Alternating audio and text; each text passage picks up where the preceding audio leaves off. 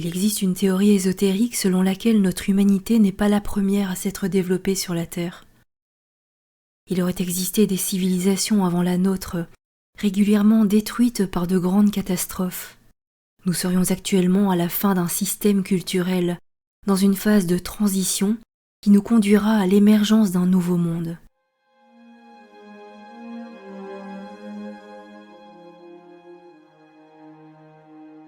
Le pont Alexandre III de Paris présente des statues qui illustrent ce thème. Ce pont fut édifié pour l'exposition universelle de 1900. Alexandre III était un tsar de Russie et la finalité du pont était de symboliser l'amitié franco-russe. L'ouvrage comporte une riche décoration. Nous allons en détailler la majeure partie. Nous constaterons comment elle contient des messages ésotériques de la plus haute importance destinés à notre époque.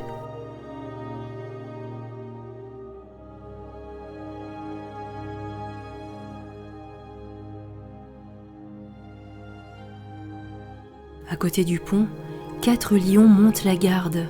Ils sont tous accompagnés d'un enfant. Du point de vue du code architectural, comme expliqué dans une vidéo antérieure, le lion exprime le signe astrologique du lion, et plus précisément l'ère du lion. C'est au début de l'ère du lion qu'une grande catastrophe est arrivée, qui a détruit les sociétés humaines, celle de l'Atlantide par exemple. C'était l'époque où les fils des dieux étaient sur la terre, comme narré dans le livre d'Enoch. Les enfants symbolisent la descendance de ces anges rebelles. Le garçon place une guirlande sur le dos du félin. En moyen français, un synonyme de guirlande de feuillage était chapelet, alors que le verbe chapeler voulait dire frapper durement, tailler en pièces. Sous un autre angle, on voit que se trouvent entre les pattes du lion des épis de blé et le manche d'un outil agricole. C'est la moisson qui est ici symbolisée, l'activité consistant à couper et récolter les céréales. Au chapitre 14 du livre de l'Apocalypse, le Christ est au ciel, muni d'une faucille aiguisée. Il la lance sur la terre et la terre est moissonnée. On a une action agressive, emblématique des catastrophes diverses annoncées dans ce livre. L'Apocalypse est la révélation de Jésus-Christ, survenant après une série de dures épreuves envoyées à l'humanité. Elle évoque la fin de notre monde, l'époque de la fin des temps, avant que n'arrive un nouveau ciel et une nouvelle terre.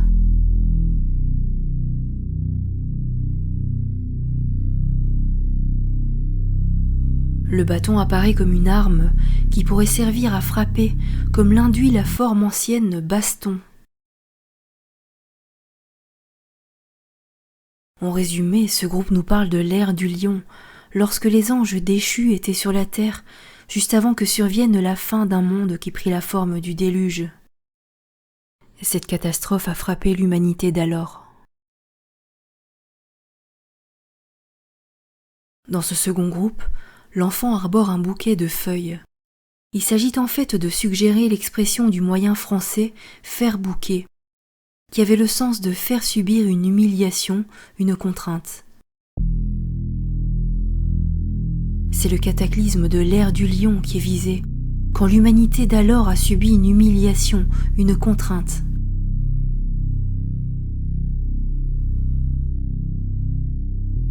Ici, et l'enfant et le lion ont l'air tristes.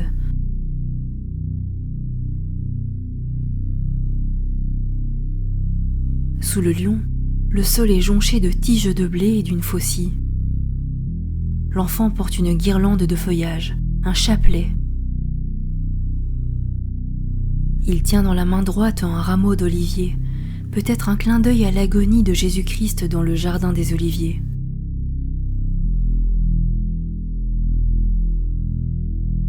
Le 4e lion remet en scène le thème du chapelet porté par l'enfant. Au sol, on peut voir une cuirasse antique et des drapeaux. Il s'agit d'une allusion à la violence qui régnait sur la terre pendant l'ère du lion, avant le déluge, si l'on en croit le livre d'Enoch et les textes de Platon sur la fin de l'Atlantide.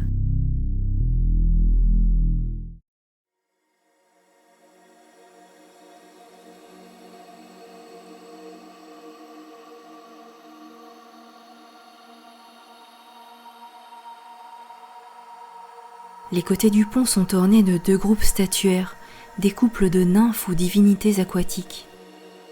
Il s'agit d'œuvres de Georges Récipon, celui-là même qui sculpta l'harmonie triomphant de la discorde, que nous avons étudié dans une autre vidéo. Nous avions vu comment ce quadrige évoquait le mythe de Phaéton, une allégorie des catastrophes antiques dues au soleil. En fait, le quadrige n'est qu'à 170 mètres des statues du pont que nous allons étudier, avec une thématique convergente. Voici donc les nymphes du fleuve qui baigne les pieds de Paris, la Seine. Les vases qui versent de l'eau symbolisent le fleuve.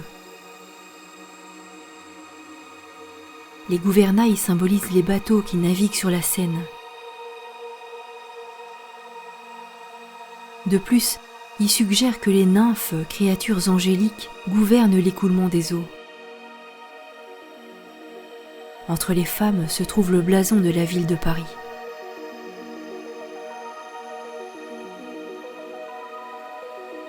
La femme de gauche indique une époque, la nôtre, celle de la transition entre les ères des poissons et du Verseau. Il y a un poisson contre le gouvernail.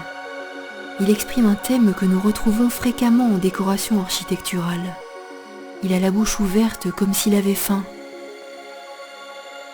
Il est coincé sous une jambe de la nymphe.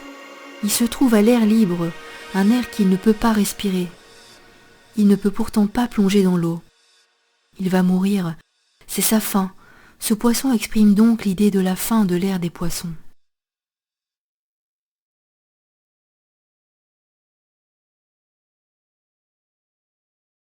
Depuis l'époque de Louis XIV, un personnage appuyé à un vase qui verse de l'eau est un symbole du signe astrologique du Verseau.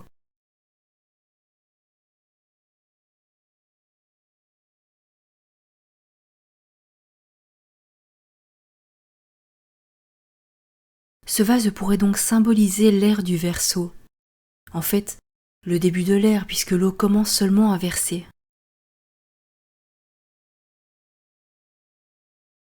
Avec le gouvernail, la sculpture nous donne le message suivant. Cap sur l'époque de la fin des poissons, début du Verseau. En 2020, nous sommes en plein dans cette transition. La nymphe de droite personnifie elle aussi le Verseau. Mais le poisson a été remplacé par un oiseau qui va prendre son envol. La femme est tournée vers lui et sourit. En astrologie, le Verseau est un signe d'air. L'oiseau vole dans l'air, il est emblématique de l'ère du Verseau, attendu comme étant un âge d'élévation et de fraternité.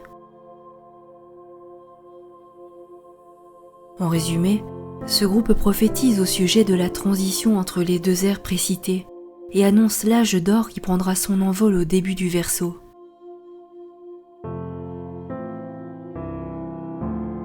Ici, on a l'évocation de rouleaux de parchemin ou de papier, symbolique d'une connaissance cachée qui sera révélée.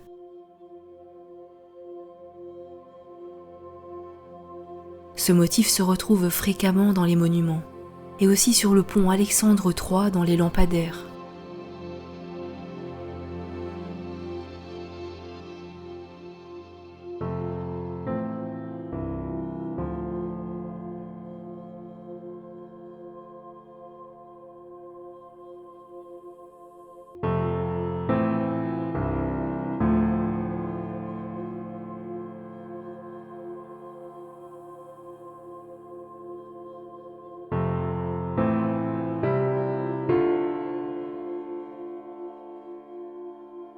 Le second groupe, de l'autre côté du pont, reprend fondamentalement le même concept. Le blason de Paris est remplacé par celui de la Russie, avec son aigle à 2 têtes ou bicéphale. Le fleuve qui est célébré est la Neva. Un détail attire notre attention. La nymphe de gauche tient dans une main et nous montre le bout de sa natte. Il y a une explication puisque les jeunes femmes de Russie se coiffaient avec des nattes ou tresses. Un jeu de mots est peut-être voulu. Maîtresse, maîtresse, puisque la nymphe est la maîtresse du fleuve, D'ailleurs, elle le regarde. On pense aussi à détresse, détresse. L'époque de transition entre les poissons et le Verseau pourrait-il être un temps de détresse? Les statues que nous allons étudier sur le pont semblent répondre à la question. Mais déjà, les énigmatiques visages des côtés du pont de chaque côté des nymphes donnent le ton. Tous ont l'air d'une tristesse insondable ou carrément mort. Pourtant, on s'attendrait plus d'un point de vue touristique à ce que les visages expriment l'insouciance, la joie, mais non. Tous portent sur la tête une énorme guirlande végétale ou chapelet qui pèse lourd. Et rappelons que le verbe chapeler signifiait frapper durement. Qu'est-ce qui pourrait frapper durement? Sans doute la vague qui se trouve au-dessus de la tête de tous les personnages.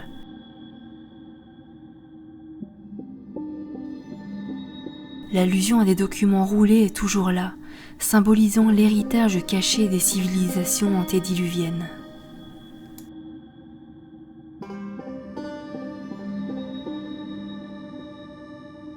En fait, il n'y a qu'un personnage qui a l'air amusé, mais par quoi? Un homme barbu.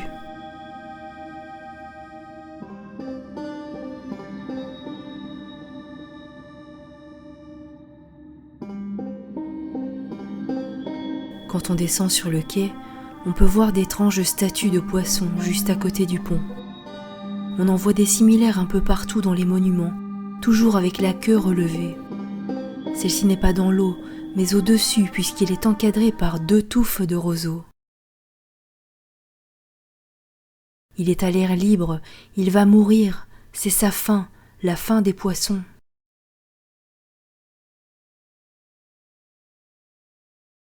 Voyons les choses d'un autre point de vue.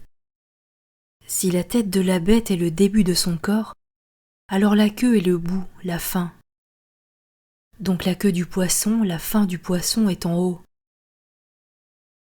Elle est en l'air, vers le haut, Verseau.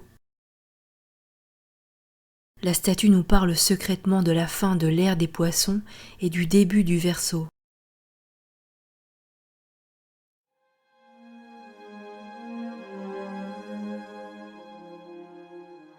Le pont en lui-même, emprunté par les voitures et les piétons, est très décoré et agrémenté de statues et de lampadaires. Voici un enfant qui nous est présenté comme un génie des eaux. Son visage est androgyne, il peut être un garçon ou une fille. Il nous montre un gros coquillage. Quand on colle ce type d'objet à son oreille, on croit entendre la mer. Dans la mythologie grecque, Neptune est le dieu des eaux, de la mer et des catastrophes maritimes. Son fils Triton annonce le char de son père en soufflant dans un gros coquillage. Cette statue fait donc allusion à cela. Dans le grand code auquel le pont Alexandre III participe, Neptune est présenté comme un destructeur, lui qui se nommait en grec le causeur de tremblements de terre. Voir notre vidéo Neptune, divulgation sur le dieu de l'Atlantide. Le visage de l'enfant est empreint de sérieux, de gravité, voire d'inquiétude. Veut-il nous faire comprendre que Neptune va bientôt arriver et provoquer une calamité aquatique? Déjà, il nous montre un bouquet végétal, ce qui est un message secret. L'expression du moyen français « faire bouquet » signifiait faire subir une humiliation, une contrainte. La présence d'un poisson presque mort nous questionne. Pourrions-nous subir une contrainte en notre temps de fin des poissons? L'enfant n'est vêtu que d'un grand tissu, comme un drap, ce mot ayant eu le sens de linceul. Cette statue figure un adolescent qui brandit un trident. Le bout du manche a été cassé. Le trident est l'attribut traditionnel de Neptune. Le personnage pourrait être identifié comme Neptune jeune ou comme un génie aquatique qui représente le dieu des eaux. Il menace de frapper le poisson, de le tuer. Assis dessus, il empêche l'animal de sauter dans la Seine et le condamne de cette façon aussi. Le poisson va mourir, il vit sa fin. Nous revoyons passer un thème déjà connu. Le visage est cruel, sadique.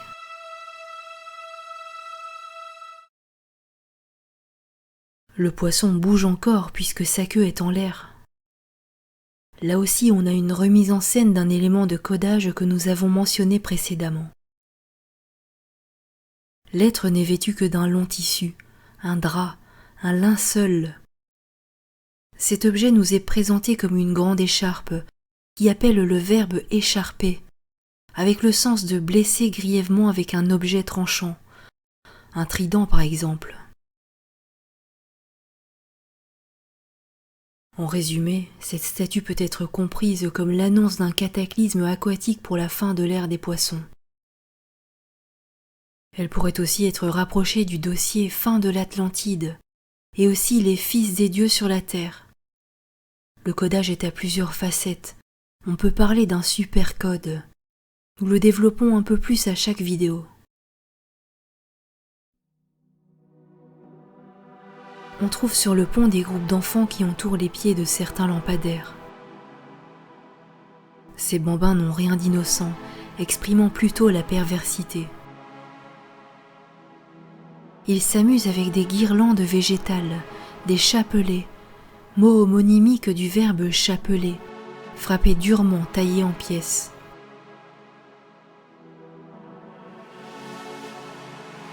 De grands draps, linceuls font partie des compositions. Les enfants manipulent le trident de Neptune, le causeur de tremblements de terre. Ils s'amusent avec des poissons, insensibles à l'agonie de ces bêtes. Sur le sol, des poissons vivent leur faim.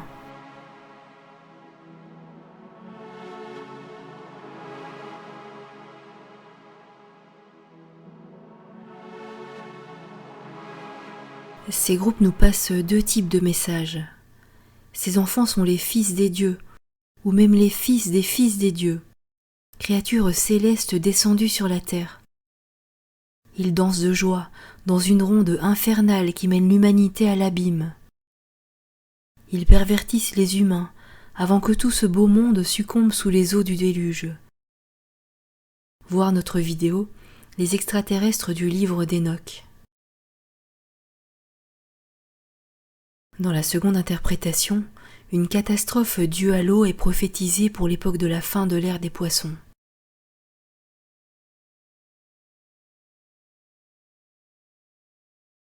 On retrouve le thème de la mort d'un poisson ici. L'animal n'est pas dans l'eau comme le prouvent les tiges de roseau. Il a une tête bizarre, il est un monstre, mot qui désignait en moyen français une chose prodigieuse, une chose incroyable. C'est-à-dire que le décodage mène à des réalités stupéfiantes. Ce monstre a l'air d'un poisson. Il est encore vivant puisqu'il lève sa queue en l'air, vers le haut, verso. Le gouvernail complète le message, cap vers la fin de l'ère des poissons. Alors que le visage du garçon exprime une émotion négative.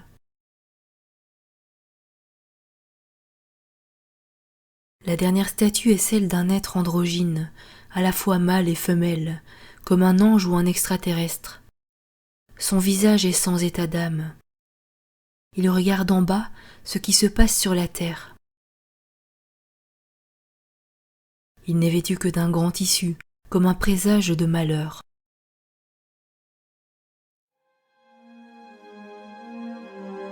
Les statues de lion représentent donc le début de l'ère du lion. Dans un autre épisode, nous verrons comment cela est corroboré en d'autres sites. C'est la transition entre la Vierge et le lion qui est ciblée, c'est-à-dire le début du lion. Le temps prophétisé par le pont Alexandre III est celui de la fin des poissons, donc du début du Verseau, c'est-à-dire une demi-année précessionnelle après le lion. Nous parlons ici de la grande année de 26 000 ans, due à la précession des équinoxes. Il y a donc une cohérence avec la théorie qui veut que des catastrophes majeures se produisent régulièrement en fonction de certaines configurations astrologiques. Nous sommes actuellement dans la période de transition entre les Poissons et le Verseau. Il se pourrait que nos ancêtres aient su qu'un bouleversement majeur allait se produire à notre époque. Nous pouvons le dire explicitement, pour ne pas paniquer les populations, ils auraient codé l'information dans l'architecture et ses à côté. À notre époque, la Terre est en phase de grands changements. Le magnétisme de notre planète a baissé, ce qui n'est pas habituel. Le nombre de grands séismes a augmenté. De grandes fissures ouvrent le sol un peu partout. Le climat se réchauffe et des records de température sont battus tous les ans.